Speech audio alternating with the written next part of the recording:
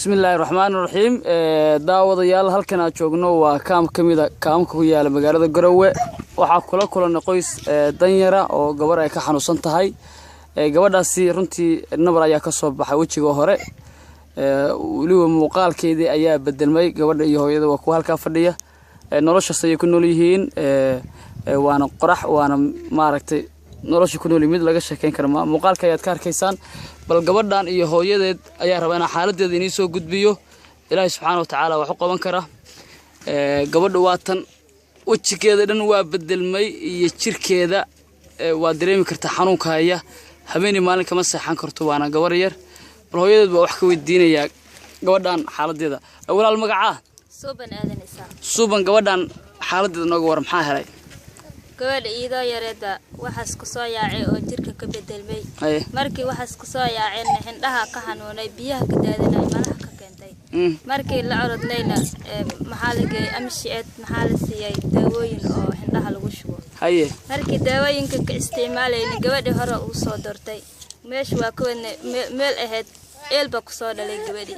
meesha eel ahayd ku soo wadnay garow baa keenay garow markii keenay daawadii la siiyay waaba karaweysay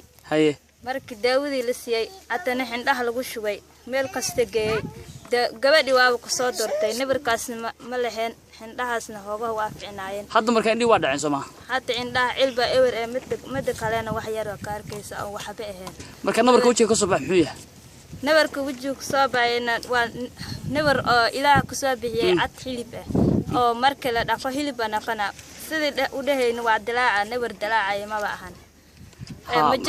majanti oo ku go'day anrabkii oo ku go'day gabadhi oo isbedeshay gabadhi sidii u hagaajinayna oo taktar walba geynayna gabadhi sidaas waa noqotay marka dhaqaatiirtu maxay ku sheegaan xanuunkeeda dhaqaatiirta waxaa ku sheegan marna maxaa dhahaa jadee marna maxaa dhahaa ilaaha amarkiisa way marka hadda wajiga dhan waa bedelmay hadda maxaa idin qorshaysan idinka maala isbitaalka ku yaalo oo maxaa geynaha kul istaan maxaan dhahan waa la jaraa baxalkan markii la jarana waa la dhaya saas baan ugu yiraahdeen unna maxaa dhaanay hadda gabadhu waa imsi jir gabadh 6 jir weeye 6 bay jirtaa marka xoolo laga qaban karaa Soomaa magaceed adeer magaca hooy magaca hooy adeer magaca Sawd Abdi Aadan Sawd adeer may maqashaa Sawdo daawadayaal waa dareemi kartaan gabadha xanuunka haya afkeedu sidoo noqday wajigeeda hooyo suuban waxay noo sheegtay gabadha in markii hore nabarkaas uu ka soo bax ahaa markii dambana uu sii weynaaday ilaa haddana aan waxba laga qaban karin laakiin dawooyin la siiyay ay dhihi ka tireen indhaha hadda mid bay wax ka aragtaa Soomaa mid bay wax ka aragtaa waa dareemi kartaa xanuunka haya dhaqsiga taabanaya ayaa waxa weeye ugu daranba wax kale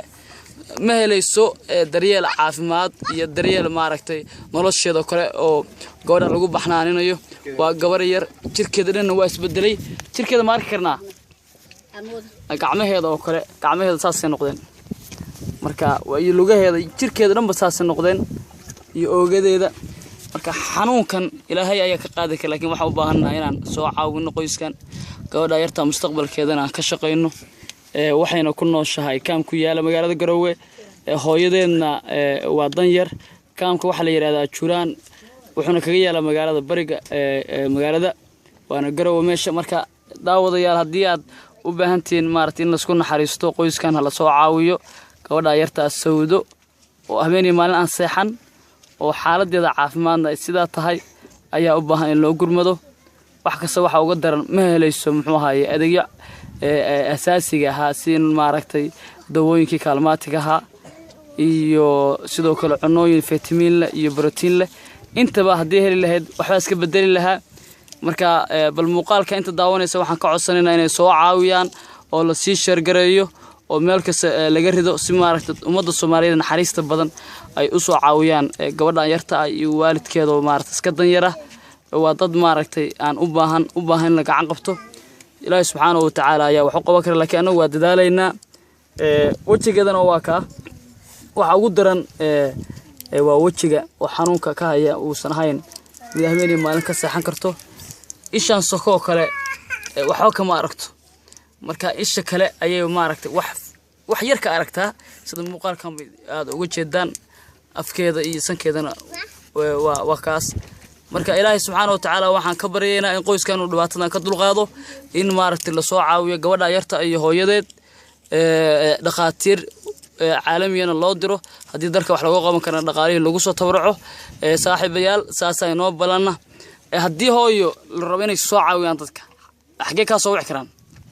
nambarka aabihiisa hasta haye marka lambarka aabihiis waa imisa 77 waa 7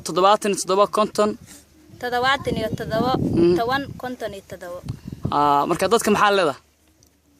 aniga dadka maxaa ka codsanaysaa dadka maxaa ka codsanaa gabadha inaa liiga caawiyo oo inaa xanuunka haayo oo liiga sii daawayo inaad wadan yarnahay